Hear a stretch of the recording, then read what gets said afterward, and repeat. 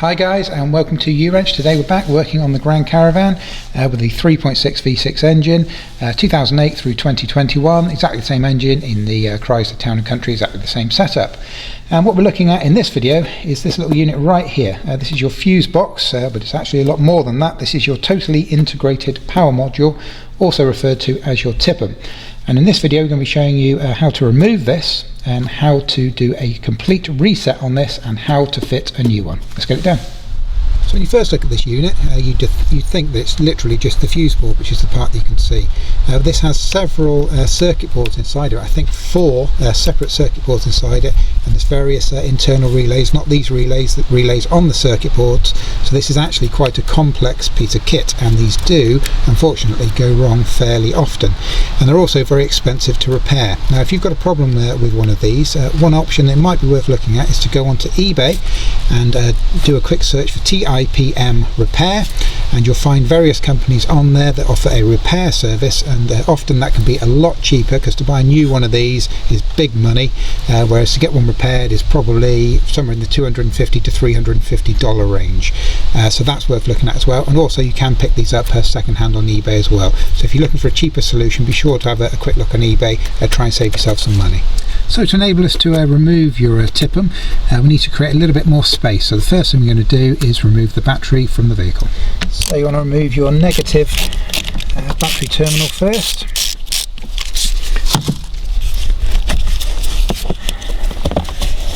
Just pop that out of the way. And repeat the process on your positive terminal.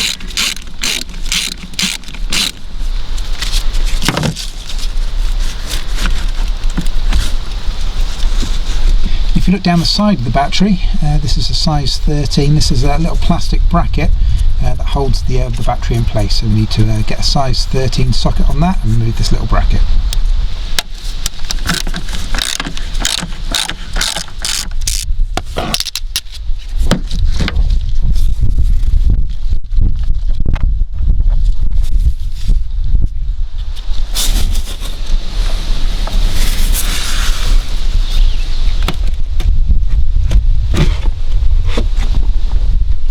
So the reason we need to remove the battery is to get decent access when you're removing the TIPM.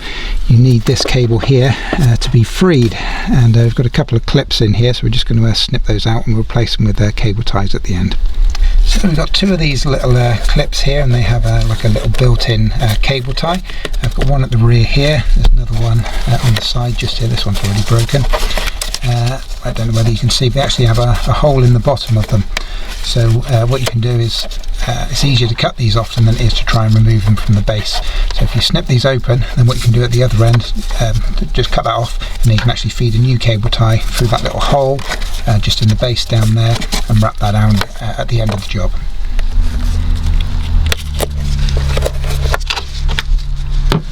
And so with those removed, you can lift the cable up and set it on top of the battery compartment. So next we need to open up the lid here on the TIPM, and we're going to be focusing on removing the main power cable just here at the front, and we're going to need a size 13.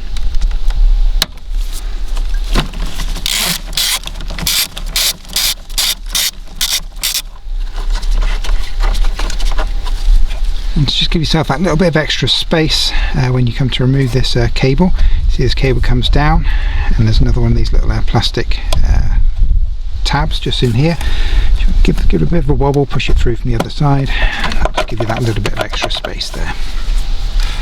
And next, to remove it, just carefully lift it up. You don't have a lot spare. Just tuck that under there out of the way. And then let's close that up, and then we'll have a look at what's actually holding this TIPM in place. So the TIPM sits in this metal bracket that we have here. This metal bracket's got arms that come up. We can just see the tops of the metal arms poking through here. And on the TIPM itself, in this plastic case, we have these little pop levers just here. So what we need to do is push that in. That will release the lock that locks into the center of the metal bracket, and then we can start to lift it up. What we want to do is kind of lift them in pairs if you can, so rather than try and do one, you might not kind of get enough. If you do both sides at the same time, here and here, squeeze the tabs, try and lift it just a little bit, and then go to the rear, squeeze both of the rear tabs, and then do the same on this end. Again, just try and get it started, and you can come back, and the process is a little bit of a kind of a wiggle. Space is tight, there's not a lot of give on these cables, so you do have to be quite careful, and just remember to go delicately and slowly.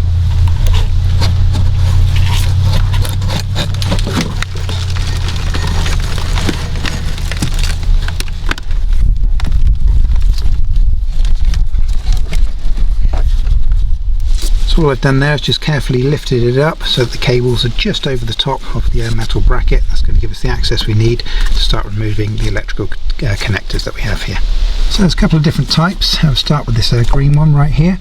They have these little locks, and these locks need to be slid upwards.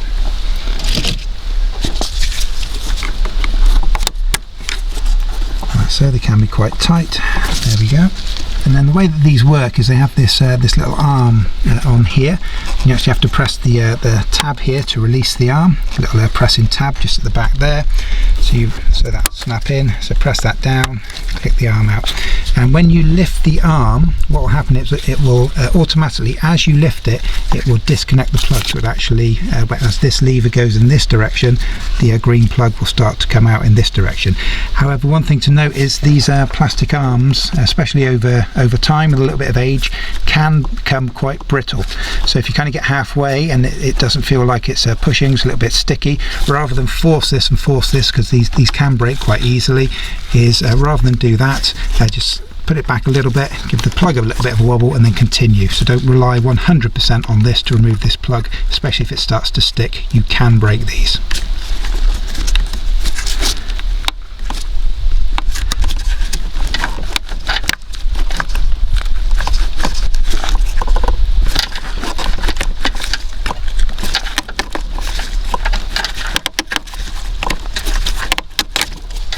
There you go, so that's the first one there. As you can see, I did a combination of the two there. I've broken one of these in the past, and it's not much fun. So like I said, just be careful with them, they do break quite easily. So next we have this blue one on the end. This one's the same. We've got this little security tab, this little red tab, needs to be slid all the way up. Again, press the tab, that will release the little lever.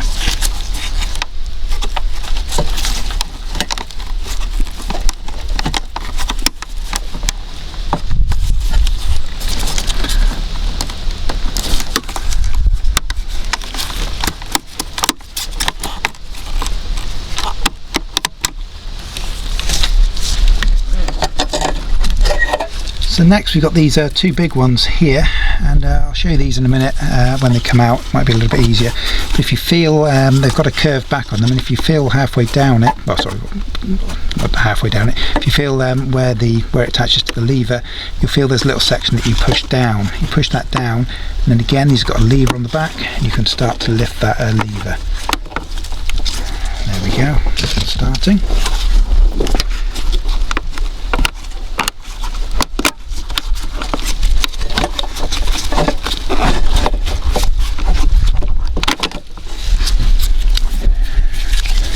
Show that to you again. This is what I was talking about. This is the little security tab here.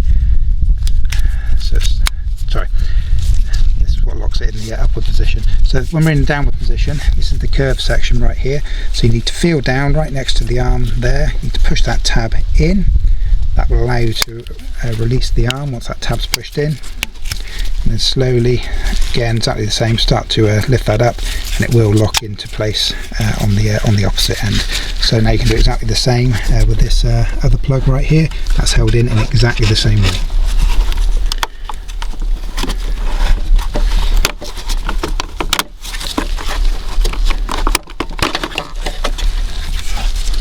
So now we've got this different type. There's two of these, both on the outside.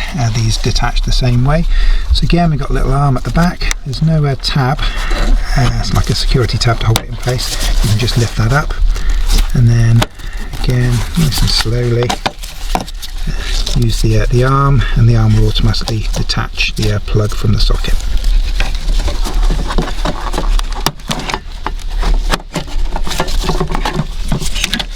And this final one in the middle right here, so again it's got a little tab, slides up. This one can be quite tricky.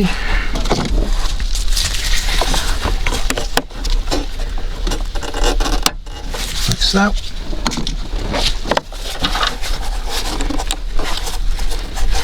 Now you need to press the little tab in the middle, press that in and start to remove it. There we go. So that's the TIPM removed. So when you come to source your replacement TIPM unit, a good place to put these up is used on places like eBay. You can always get these from your local scrapyard or breaker's yard as well. One thing to note on these is they do have a part number here. You see this one ends at 4AC, and there'll be several versions of this TIPM that are compatible with the vehicle. And a good tip for you, if you go online and type in the part number of your particular one, what you'll likely find various websites that sell genuine Chrysler and Dodge parts, and they'll list your one and also as a previous part, and they'll also list the latest versions of that. So that will open up your search. So for example, there was one that we did that was a B recently, and so we know that the C is compatible with the B. So when you're doing your search, if you do that little bit of homework before you go onto eBay, that instead of looking for one specific one, there might be 2 or 3 different ones, and that will open up the search considerably for you. But second hand, they're not particularly expensive, probably somewhere in the kind of $150 range on eBay, something like that, which is a fraction of the price that they are brand new.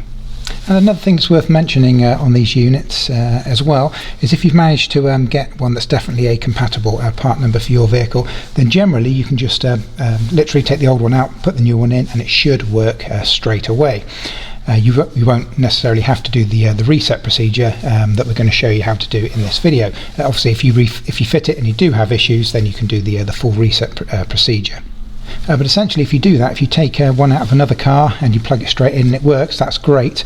However, the chassis number, the VIN number of the car is stored inside this unit, and so theoretically you could be driving around with the incorrect VIN number stored just inside this unit. It won't make any difference at all to your day-to-day driving, but if you do want to make sure that that's reset as well, follow the reset procedure, and upon the full reset, it'll actually take the code, the new VIN or chassis number of your car, and draw this in during the reset procedure. So if you're worried about that, but theoretically, if you match these numbers, basically you can just do a straight swap, and you don't have to do the reset procedure. You can just swap them straight over, nice and easy.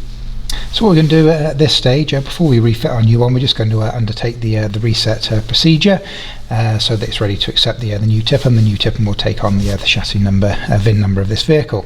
This is an optional stage, as I mentioned before. You might want to just try plugging your new one straight in and see if it works, and then only do the reset if you get any issues. But if you want to do the full reset, that's exactly what we're going to do. And when you do this reset procedure, once it's in the correct positions, we'll show you in a second, you want to leave that for at least 10 to 15 minutes. So that's why I'm going to do it now, and then go ahead and start to refit the replacement TIPM in the meantime. So by the time I finish putting all this back together, the reset would be complete. So for the reset, what you want to do is take your positive and your negative battery terminals, and you're actually going to tie them together with a cable tie. And you want these to be connected together for at least 10 minutes, and make sure that everything properly discharges. So do that up nice and tight. Then leave that for a minimum of 10 minutes. 15 minutes or even 20 would be better. So now we're going to refit our TIPM. So what we're going to do is start plugging these back in one at a time. So let's start with the central white one. Push that down, make sure it clicks in, and then press the security tab down in the centre.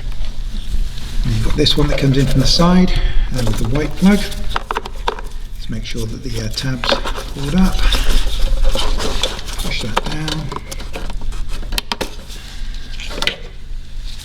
and then use the lever. As you push that down, that'll pull it back into place. And next up, we've got the other square chunky red one. Exactly the same. Slide that down until it stops, and then use the lever to draw it down into place. So next we'll do the blue one. As you goes right on the end just here. Remember, we've got this little security tab to go down at the end, as well as this arm. And be careful when you do these tend to be quite brittle, but you can see you've got two little plastic lugs, one on either side, little circular ones just there, and they actually slide into these little slots just in there. So you want to make sure that those align, and give it a bit of a wobble. Sometimes it can be a bit stubborn, but be delicate with it because it can break.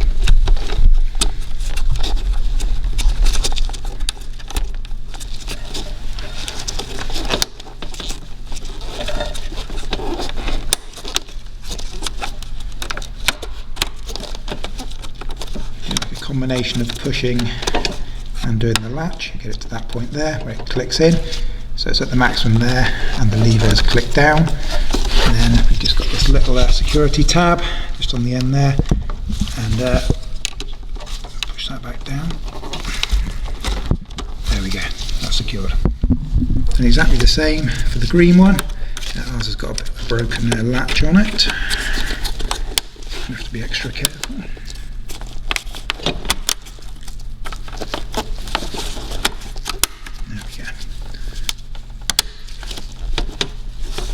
So next is the big brown one, going into this socket here.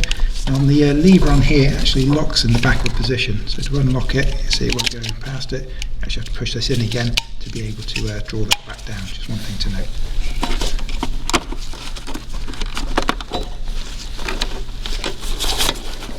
Push that in and unlock the arm.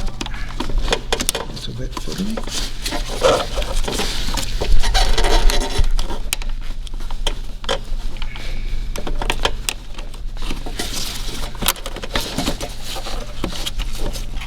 As you press that arm down, it will plug in and locks into place. And last of all, we have the big grey one. Unlock the arm.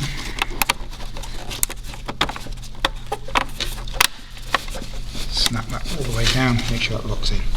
So then carefully lift the TIPM over, make sure that this big cable's down the back there. Drop that down. Remember, you've got these metal tabs here that need to be seated in the 4 little slots.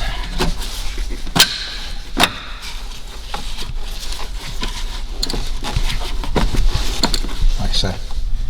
So before we go ahead and plug this in, one important thing to do is just to, if you bought this one used on eBay or whatever, is to have a look, compare your old one and check that all the fuses are in the same locations, because there is a chance that the donor car that this unit came from didn't have certain options fitted. For example, on this one it had one of the tow option fuses missing, so we've had to fit one of those. So what we're going to do is get your old one, put it next to this one, and check all of these fuses and see what's missing, and make a note of any that are missing, and then take them out of your old one, put them into your new one, so that your new one has all the same fuses in exactly the same positions as your old one did. So we'll connect up the main power cable here.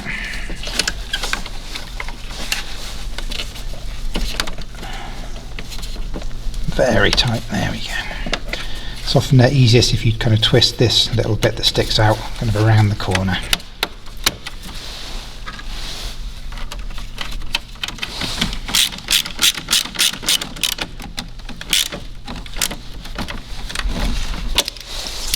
So now you just close that up.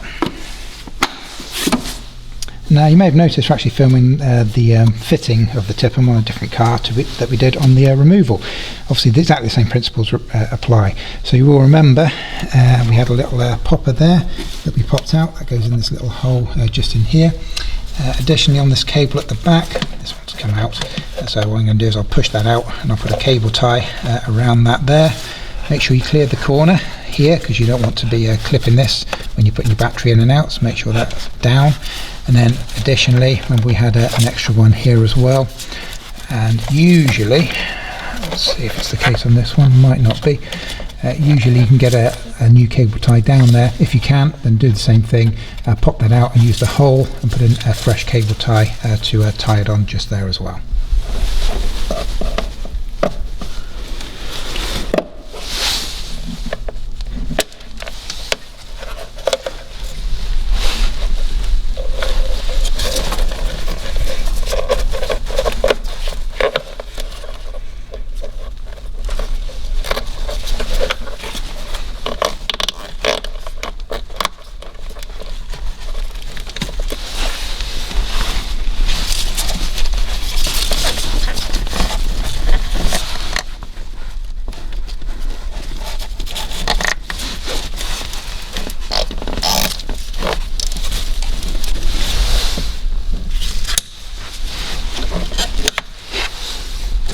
Before I fit the new battery, I'm just going to cut the cable tie here. It's been on probably a good 20 minutes or so. Just going to tuck these out of the way on either side, just so nothing touches the battery terminals when I drop the new battery in.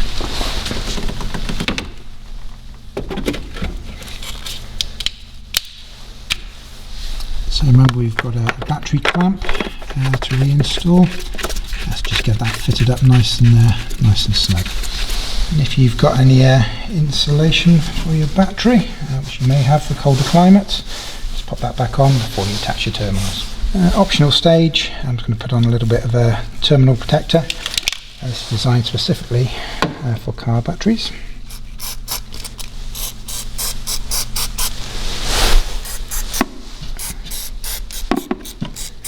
Clean up the excess in a minute.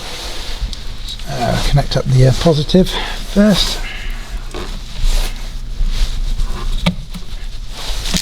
And just get that snugged up. Try not to over tighten these. They can get deformed quite easily and they won't tighten up properly. I actually filmed a video on these when these go bad. I'll have a link for you in the description below. There you go. You shouldn't need to over tighten it. Just get it so it won't move. Like that. Yeah, we're good. And then your negative.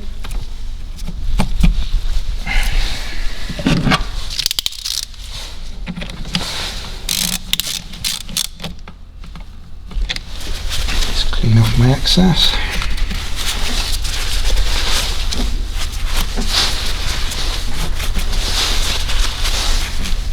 So the next part of the process is we're going to perform a soft reset for the TIPM.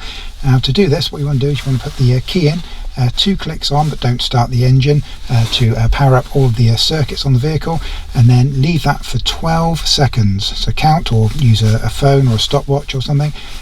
Try and get it 12 seconds, and once it's got to 12 seconds, going to turn it back, remove the key, give it a couple of seconds, put that back in, and then we'll fire it up. Okay, key in, 2 clicks, 1, 2, 3, 4, 5, 6, 7, 8, 9, 10, 11, 12. Off, remove the key back in, and then we'll fire them up.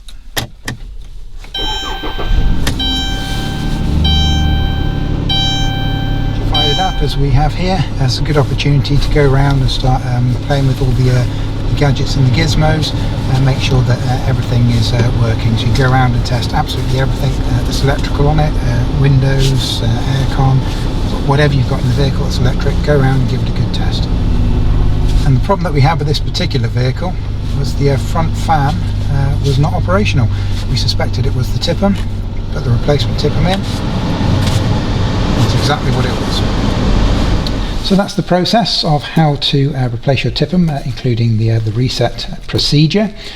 A couple of things to point out. The other thing you'll want to do, we've gone around, we've tested the electrical components within the car. We're happy with everything. Everything appears to be working correctly. So the next stage obviously is to take the car for a drive and make sure that there are no issues on a test drive as well. Now, should you get the case where you replace your TIPM and you've come to switch the car on, and you've done the reset procedure exactly like we've done, you've connected the cables for 15-20 minutes, and you've done the soft reset with using the key for 12 seconds as well, and the car will not start, or you're getting strange things happening on the dashboard, or it's just not as it should be, then don't panic just yet. What you should do is you should disconnect your 2 battery cables again. Start negative first, then your positive, and put the cable tie on them to tie them together, just like we did before.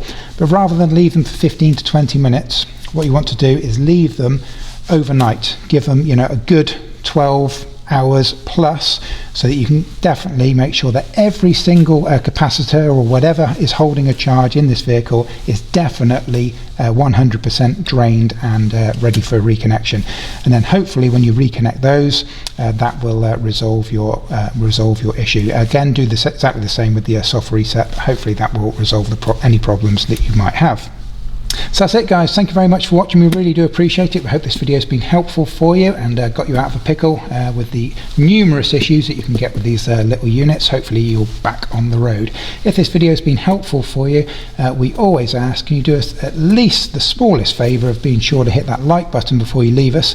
And also, it's well worth subscribing. We've got loads more great DIY content for these cars, so please do have a look at our channel and please consider subscribing. It really does help us out.